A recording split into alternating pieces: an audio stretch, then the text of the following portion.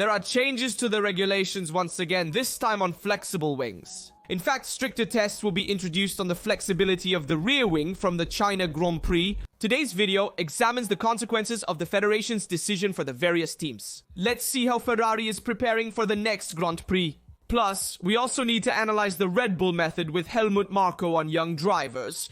Before we start, please leave a supportive like, and now let's look at everything in detail. Starting from the China Grand Prix this weekend, the maximum flexion limit between the main plane and the flap will go from 0.0787 inches to 0.0197 inches. The discussions about the flexibility of the wings have not subsided since the preseason, with some technical solutions that have ended up under the magnifying glass. The Fédération Internationale de l'Automobile is always careful to monitor possible grey areas of the regulation and has decided to intervene quickly by announcing more stringent tests already from the Shanghai weekend. The teams have explored the concept of aeroelasticity to improve the balance of the cars, trying to exploit the flexion of the wings to optimize aerodynamic efficiency. Some teams have already shifted the focus to the front of the car, so much so that in January the Fédération Internationale de l'Automobile had already imposed restrictions on the flexibility of the front wing, with new checks coming from the Spanish Grand Prix, which is the 9th race of the season, I remember. Now, the Federation has decided to tighten the circle on the rear axle too. But why did they decide to intervene on the rear wing already from the next Grand Prix? This is because during the Melbourne weekend, the Fédération Internationale de l'Automobile had warned the teams about the installation of new specific cameras to monitor the flexibility of some elements of the rear wing. These devices, with the ability to capture more frames than television cameras, have allowed to collect more detailed data on deformations during the race. And after analyzing the images and the static tests carried out in the garages, the Fédération Internationale de l'Automobile has found sufficient elements to introduce a more severe test starting from the China Grand Prix. Article 3.15.17 of the 2025 regulations stipulates that with a vertical load of 165 pounds applied to one of the two ends of the rear wing's main plane, the distance between the main plane and the flap, the slot gap, must not exceed 0.0787 inches. From Shanghai, this limit will be reduced to 0.0197 inches, and given the short notice, the Fédération Internationale de l'Automobile will grant a tolerance of 0.00098425 inches for Shanghai, allowing the teams to adapt to the new rules. So the maximum limit allowed for the China Grand Prix will be a total of 0.02952 inches for the flexion of the rear wing. However, the Federation has reiterated that during the Australian Grand Prix, all the cars were found to be in compliance with the checks, a sign that the teams will have to work on minor details to fall within the new parameters. The birth of the checks marks another step by the Fédération Internationale de l'Automobile in keeping the aerodynamic evolution of the single-seaters under control, with the clear aim of avoiding solutions that can offer advantages at the limit of the regulations. And we have to talk about this decision made by the Fédération Internationale de l'Automobile. I believe the introduction of stricter rear wing tests is not coincidental. The Fédération Internationale de l'Automobile has stated that all teams were under control in Australia, and no one exceeded the allowed limit. However, if this were true, what would be the point of tightening the rules from the next Grand Prix? In my opinion, they have verified that some teams were exploiting grey areas, even today on the rear wing, and so they said, let's set an even higher limit of flexion. So the teams can't really flex the rear wing, this way we avoid any kind of discussion. However, you will see that the further we go, as I already told you at the beginning of the championship, the more we will see other discussions about which team flexes more and which team flexes less. The rear wing, because it's inevitable when there's a limit. Even if you pass the static test, there will certainly be some team accusing someone else, and we will never know what the truth is. Actual impact on the flexing of the rear wing, but what is the real impact that this new directive has on the teams? The announcement of the new technical directive on flexible wings has shaken the paddock, but for Ferrari, there are no worries. Exclusive information suggests the Maranello team will not be penalized by the Fédération Internationale de l'Automobile's new restrictions. Flexible wings remain a dominant issue in Formula 1. After the winter tests, the first Fédération Internationale de l'Automobile checks, and the suspicions that already emerged in Melbourne, the Federation has decided to intervene with a new technical directive. The goal is to ensure fairness among the teams and limit any overly aggressive interpretations of the aerodynamic regulations. The new restrictions will officially come into effect from the Japanese Grand Prix, but stricter controls will already be introduced from Shanghai, albeit with greater tolerance to allow teams to adapt in the short term. But how will this decision impact Ferrari? They have stated in Maranello that nothing will change. According to internal sources, the rear wing of the SF25 already complies with the new parameters set by the Fédération Internationale de l'Automobile, thus avoiding any risk of forced adjustments or loss of performance. And this is news that plays in favor of the prancing horse, allowing the engineers to focus on other crucial aspects. In particular, the team is working to solve the problems that emerged in Australia, where the red single-seaters had to increase the ground height to avoid the risk of disqualification. A detail that could be decisive in the upcoming races, and this directive will hit McLaren and other top teams the most. Ferrari may be in a favorable position in the upcoming stages of the World Championship.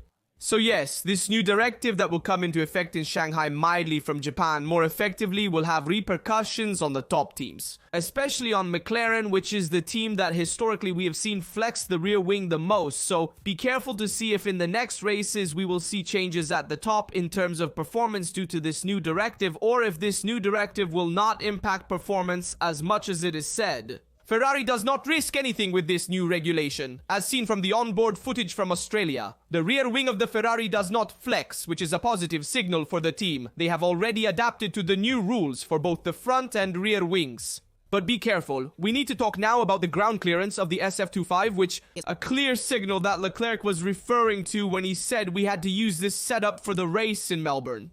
What was the Monegasque referring to? After the first race weekend in Australia, Ferrari is under the spotlight for the difficulties encountered with the SF25. And we've seen the issue with ground clearance that doesn't seem to be destined to become a structural limit for the Italian single-seater. The Maranello team is already at work analyzing the data collected and optimizing performance in view of the China Grand Prix. After a winter full of expectations, Ferrari's first seasonal outing left more doubts than certainties. The SF25 suffered from setup problems that compromised performance in Melbourne, forcing the team to raise the car to avoid excessive plank wear.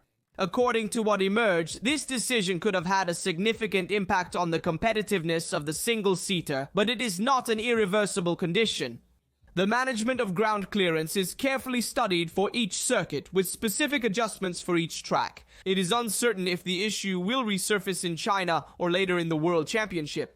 We know Ferrari has chosen to adopt the Perro from the front axle to open a new development path, a solution that could prove to be winning in the long term. However, the management of the car's dynamics still requires refinements to maximize the interaction between suspension and aerodynamics. The difficulties encountered in Australia could be related not only to the ground clearance, but also to a front suspension setup that is not yet optimal. If this were the case, it wouldn't mean that the pull road is a wrong choice, but rather that the team still needs to work on the correct management of the aerodynamic platform. Certainly, the sprint race that we will find in the China Grand Prix will not make the job easier, with only one free practice session available before qualifying and the race. However, Ferrari will be able to use the experience from Melbourne to refine the setup and find a more effective configuration. Meanwhile, in Maranello, the simulator has already been put to work immediately after the Albert Park race, with the aim of identifying the causes of the performance drop and intervening quickly. A clearer initial verdict could come at Suzuka, a comprehensive and significant circuit to test the real qualities of the SF25. Confidence in the project at Maranello remains high. If the correlation between track and simulator is really effective, as stated by technical director Loic Serra, Ferrari could return to express its potential soon. China will be a real first test to understand if Melbourne was just a complicated parenthesis or if deeper interventions will be needed to bring the red back to the hoped levels. And yes, the China's short weekend, including the sprint race, makes everything more complicated for Ferrari. Among other things, there's also Hamilton, who is learning the red at its best, trying to take full advantage of the brake balance of the SF25, which is different from what is experienced in Mercedes.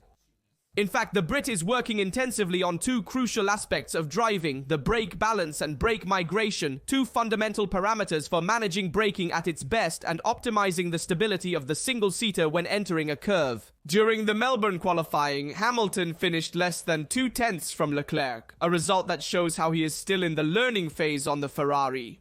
He didn't make any obvious mistakes, but he's trying to find the best feeling with a single-seater that behaves differently than the Mercedes he's driven for years. The SF25 requires different management of some key parameters including brake balance, brake migration, and the differential, all adjustable via the knobs on the steering wheel. The Brit is still familiarizing himself with the interaction between these elements to maximize performance. But what are brake balance and brake migration? Brake balance is the static balance of braking between the front and rear axle. Adjusting it allows you to distribute the braking load between the front and rear wheels depending on the needs of the track and the driving style of the driver. While brake migration is a more advanced system that dynamically changes the brake balance based on the pressure applied to the pedal. When the driver brakes, the weight of the car shifts forward, increasing the load on the front wheels. As the pedal is released, the weight returns to the rear axle, reducing the grip of the front axle and increasing the risk of lockups. The brake migration manages this transfer electronically through the brake-by-wire system, gradually removing braking load from the front axle to avoid blocks and ensure greater stability in the curve. Hamilton is known for his ability to optimize every available technical detail, and that's why he is paying particular attention to these parameters. During free practice in Australia, he repeatedly asked for information on brake balance and migration settings, trying to better understand the behavior of the SF25. His track engineer Riccardo Adami is working closely with him to help him find the ideal settings, and Jock Clear, an engineer with extensive experience in driver coaching, is providing key support in understanding the dynamics of the single-seater. Another element Hamilton is working on is the differential that regulates the rotation speed of the rear wheels in the curve. The more open differential has less locking, so the outer wheel spins faster, improving the car's rotation.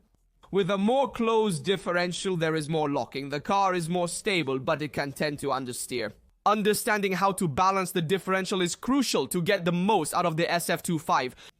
Hamilton is still looking for the ideal setup to make the most of the single-seater's potential, but how much time will it take? A driver's adaptation to a new car is not immediate. To find the maximum feeling with the Ferrari, Hamilton could take 3-4 races time needed to fully understand the behavior of the single-seater in different conditions. The SF25 behaves differently than the Mercedes, and Leclerc, having already experience with the Ferrari system, manages to exploit it with greater naturalness. With collaboration between Hamilton and the engineering team, they will soon close the performance gap and bring the red car to its maximum potential. And there are 3 main difficulties related to the SF25.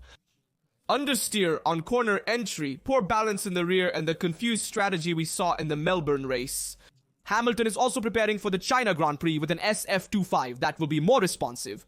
In fact, by modifying the setup of the single-seater, we will face a track with long corners where it will be essential to have a precise and balanced car, a technical mix section, and a long right and left curve at the end of the main straight. Ferrari is preparing in this way for the next Grand Prix, but how is Red Bull preparing instead? China has a track that severely tests the balance of the RB21. The first sector will be crucial to have traction in slow and medium curves. In the second sector, aerodynamics and stability with high speeds at the center of the curve will be crucial. And in the third sector, there is a very long straight where top speed is crucial for overtaking and defenses. We will see some rear wings a bit more unloaded to be faster in the last sector in China. It will be crucial for Red Bull to find the right balance of the RB21. That respect. The RB20 has a narrower operational window compared to this model. Reduced sensitivity to setup variations is crucial for this model, because otherwise having a setup that varies too much, it makes it more complex to find the optimal balance between understeer and oversteer. The main challenge for Red Bull will be to compete with McLaren, which currently had the single-seater with the widest operating window. Among the leading cars to date, the real weak point of Red Bull seems to be tire management. If the Milton Keynes team wants to close the gap with McLaren over 186 miles, they will have to find the perfect balance between aerodynamic load, efficiency, and tire wear. Andrea Stella, McLaren's team principal, has already emphasized that Verstappen lost the Melbourne race right in the first laps when he pushed too hard in an attempt to keep up with the pace of Norris. Last comment. I also want to talk about Helmut Marko's strategy in managing the young drivers, because a key episode happened at Melbourne. In fact, the Hajar case exploded from crying to Helmut Marko's attack. In the Australian Grand Prix, Isaac Hajar had a dream weekend until the most wrong moment. After coming within a whisker of Q3, the Frenchman made a mistake before the start, ending up off the track in the formation lap.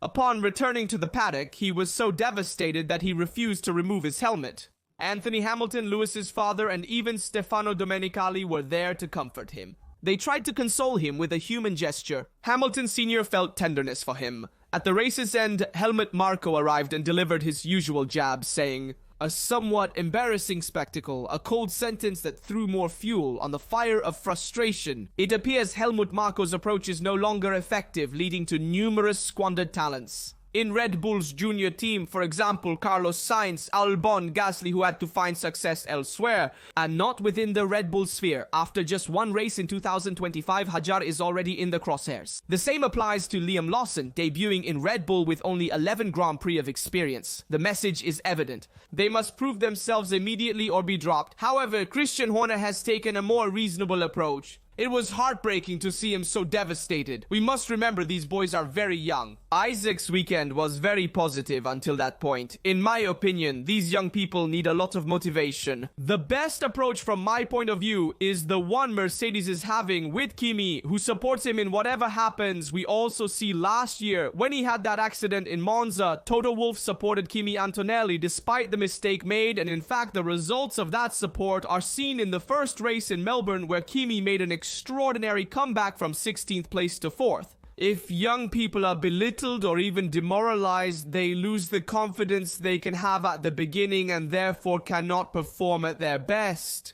So be careful about the repercussions that Helmut Marko's treatment of young drivers like Lawson and Ajar can have. Let me know your opinion in the comments. I'm curious to read and respond to everyone. Remember to like, subscribe, and turn on notifications so you don't miss any new videos on the channel. I keep you updated daily on Formula 1 and Ferrari news. Check out the related videos from Rastaduto. See you next time.